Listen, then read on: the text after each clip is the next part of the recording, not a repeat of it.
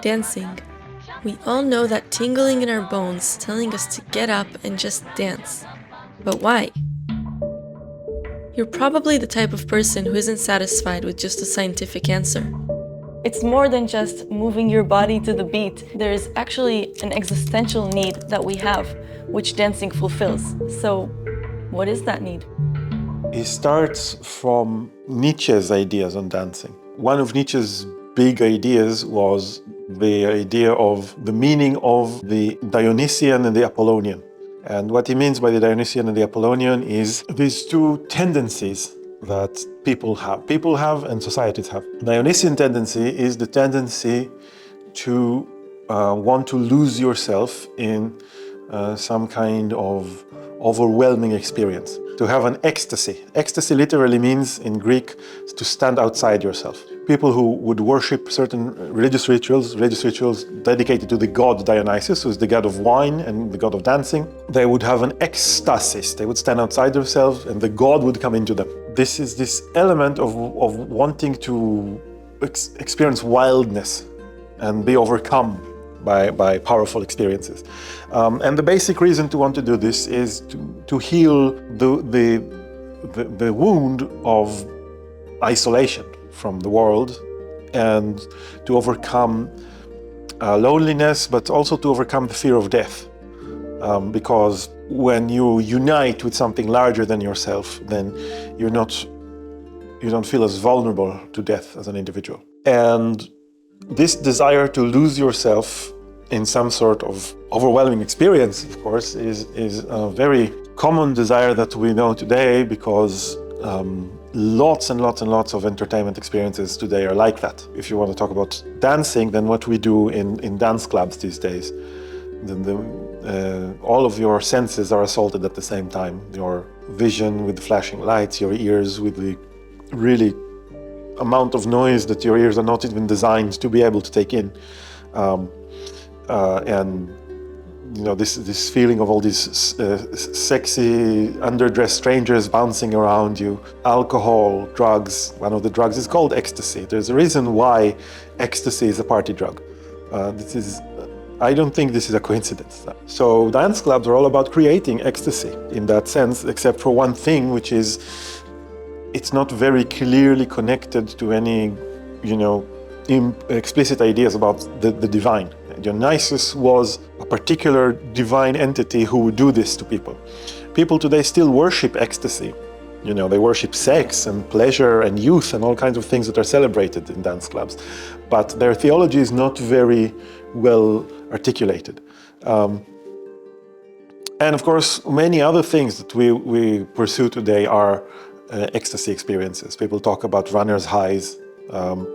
So that's one of the reasons people would engage in all kinds of sports that push them to the limit, because they can get ecstatic experiences. Of course, you can get it from sex, you can get it from all kinds of substances, you can get it from all kinds of risk-taking behavior. I guess you can get it from computer games as well. I've done my share of gaming. You play a very scary game that takes a lot of skill and you still die a lot. You get ecstasy from that. So there is definitely this tendency in people, and again in society. Societies create opportunities for ecstasy as part of their taking care of the needs of their members. Now, if you look at very traditional societies, you will see that this kind of thing is extremely common. The dance, the tribal dance around the fire is sort of the prototypical cultural event. It's all of the tribe's culture together. It's dancing and singing and telling the sacred tales and transmitting the history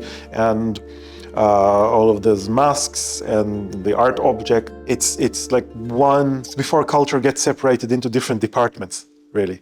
It's like you have it all in this one very concentrated event, and it's an ecstatic event. People dance and the gods go into them.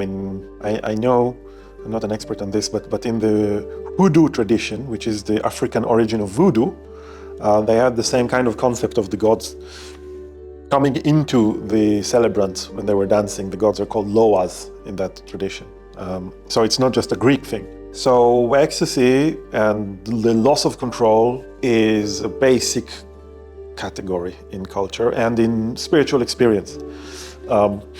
Abraham Maslow, the influential psychologist in the 20th century, the guy who gets blamed for the pyramid of needs, even though there was no pyramid. There was a hierarchy of needs, and the theory is more complicated than the pyramid would imply, but I'm not getting into Abe Maslow. You won't get me to get into him. But he said you can see Dionysian tendencies in every religion. If you think about, for example, Christianity or any Abrahamic religion, you have these mystics who have these, fantastical experiences with God.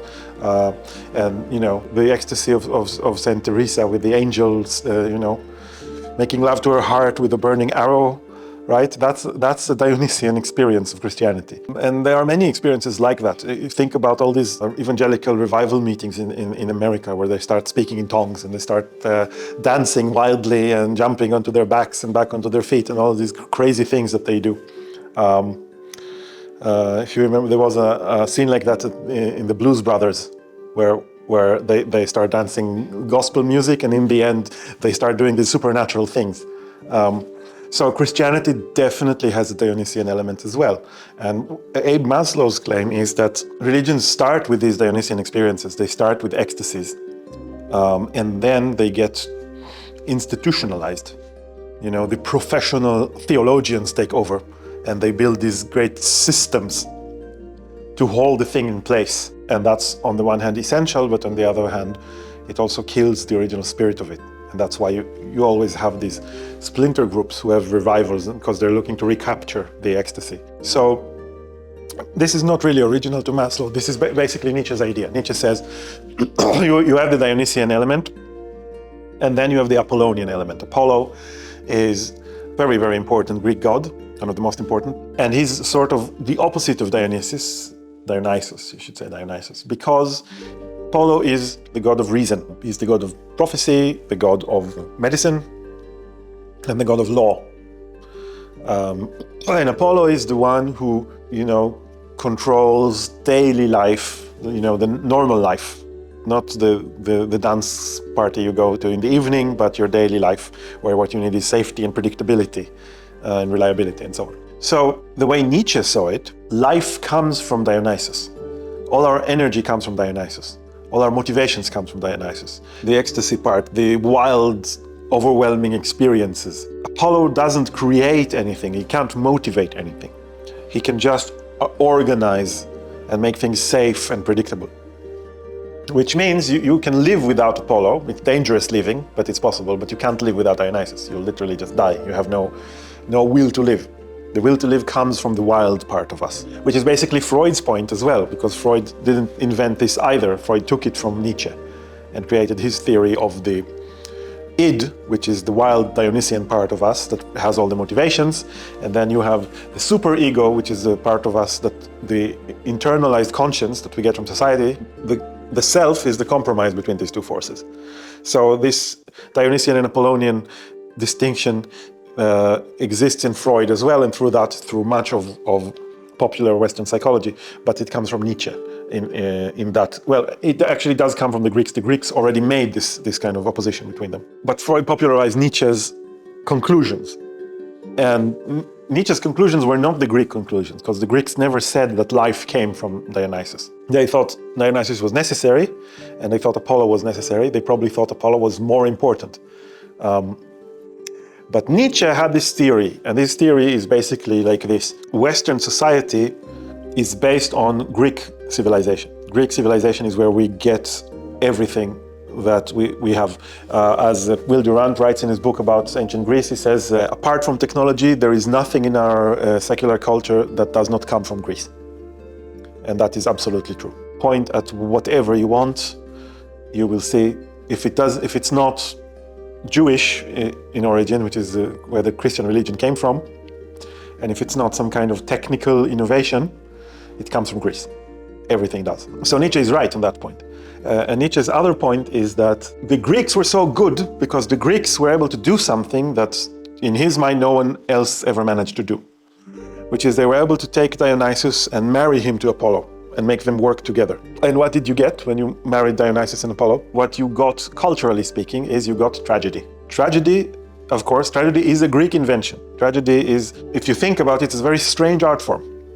It's an art form, as Aristotle defined it, where terrible things happen to good people. That's the definition of tragedy, basically. Who would want to invent an art form like that? It's pretty sadistic. And it's Greece's greatest achievement artistically.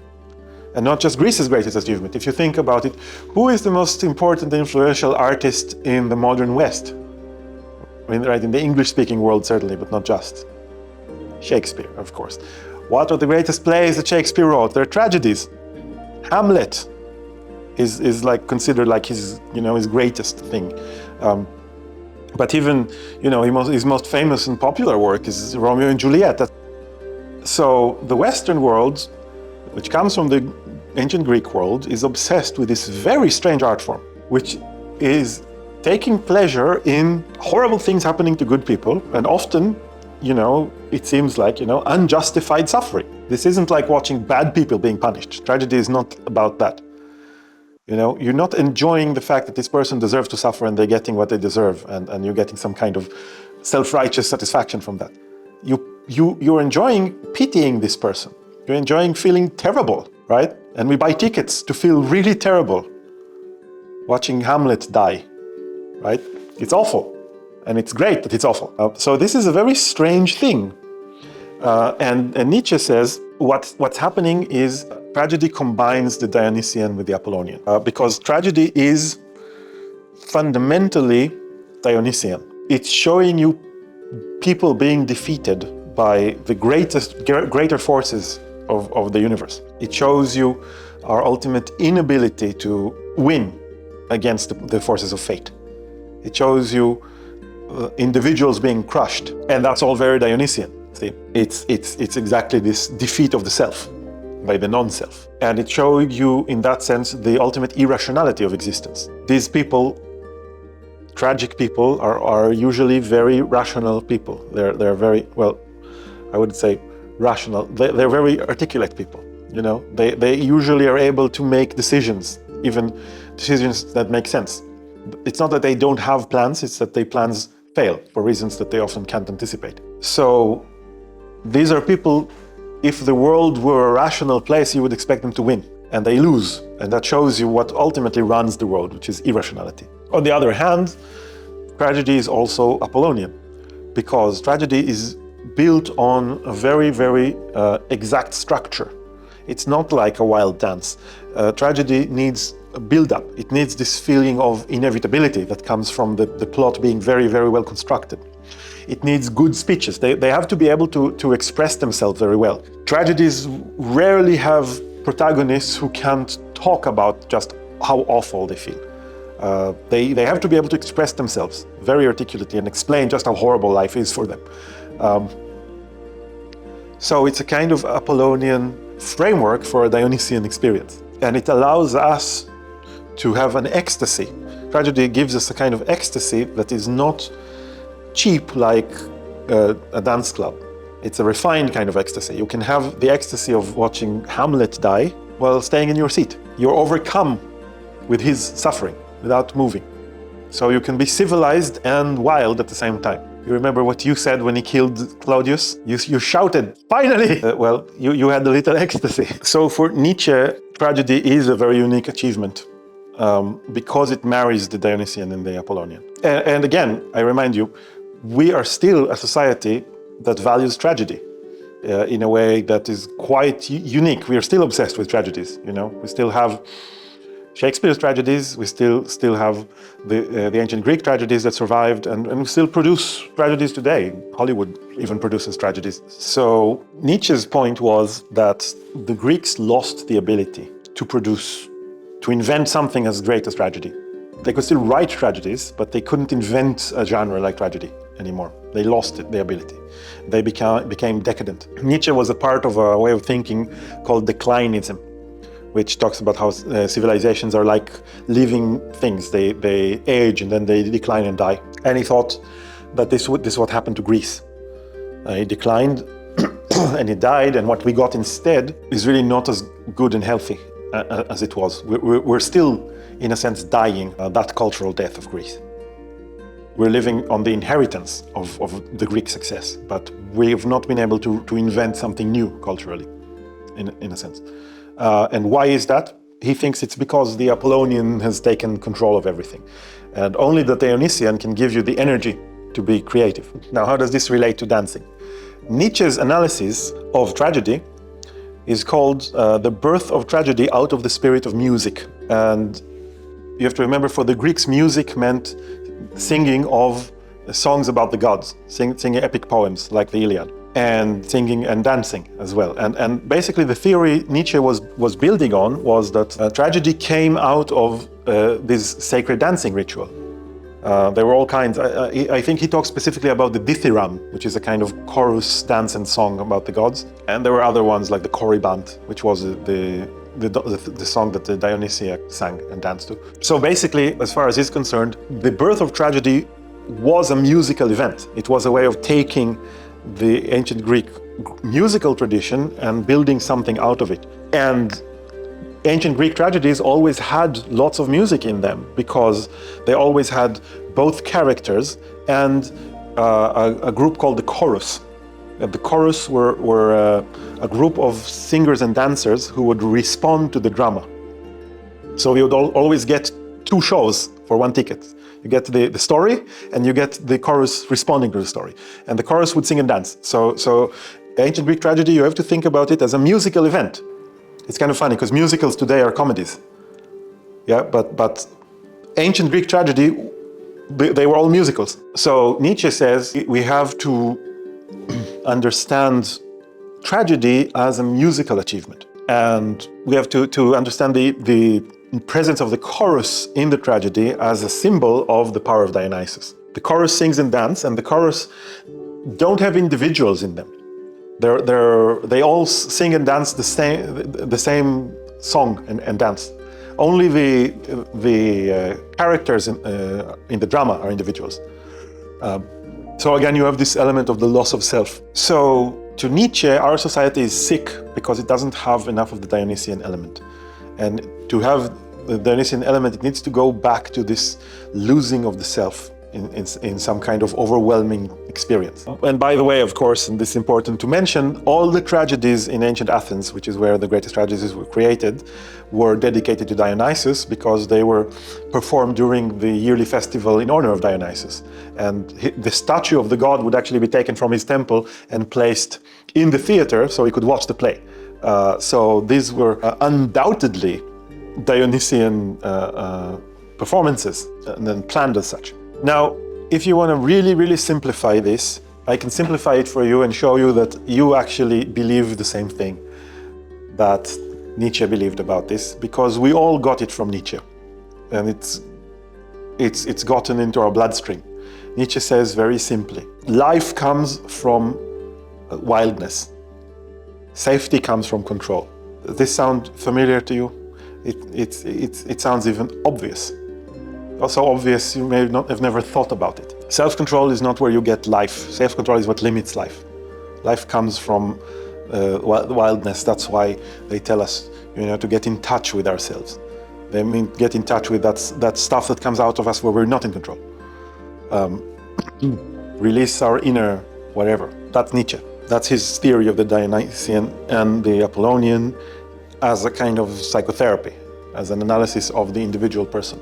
So it's not surprising that dance clubs look the way they look today, because people go there to lose control, to release all the inhibitions.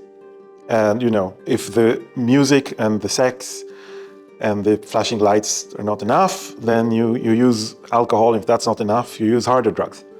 But the mission must be accomplished to lose control, to get rid of Apollo, to find Dionysus. Now, the problem is with following Nietzsche like this. Nietzsche, a lot of the times, and Roger says this in one of his books, Nietzsche was undoubtedly a great writer and a genius, but he seems to have never considered what would happen if his ideas got into heads less intelligent than his own. Because I don't think Nietzsche was thinking about doing hard drugs in dance clubs. Nietzsche was a cultivated man who appreciated art, music, history, a very fine writer. He's probably not looking to encourage this kind of behavior necessarily. But it's kind of inevitable, because And he said so, Nietzsche said he was writing for the few, not for the many. Now, whether or not the few are actually helped by this kind of thinking is another matter. But even he understood that the many would not be helped, because the many would take it and they'd turn it into something very superficial, not to say beastly. He was trying to save Western civilization. They just turned into barbarians in these dance clubs. And that's not the only reason to have doubts about what Nietzsche says. The other reason is that his theory of what dancing does for people is very limited. Roger, in his article where he criticizes Nietzsche about dancing, he points out something else, which is if you look at a lot of traditional dances, you will see that what characterizes them is not wildness, but actually amazing orderliness. Look at traditional Scottish dancing, for example, traditional Hungarian dancing, the old folk dances of all descriptions. They are extremely well-controlled activities, very, very well choreographed, and every person not only dances with a lot of self-control, but they're also very well coordinated with each other. They're formation dances. They dance in groups. They do all kinds of activities that you can't coordinate in modern dance clubs. Modern dance clubs are designed to destroy the ability to do anything like that. You can't even dance in a couple really, in a modern dance club. But they're not dancing in couples, they're dancing in formations. And the men and women are separated so that, the sex doesn't go to their heads. Or if they're not separated, they're forced to change couples. So maybe you start out dancing with your girlfriend, but next thing you know, you're dancing with your grandmother. There's all kinds of checks and balances put into this activity to make sure it doesn't get too Dionysian. And in fact, you could make an argument that it's a highly Apollonian activity, this folk dance. So Nietzsche might argue that if that's true, then these folk dances are not where real life is. It's not where you get rejuvenated and enlivened and experience yourself as, really existing and free and whatever.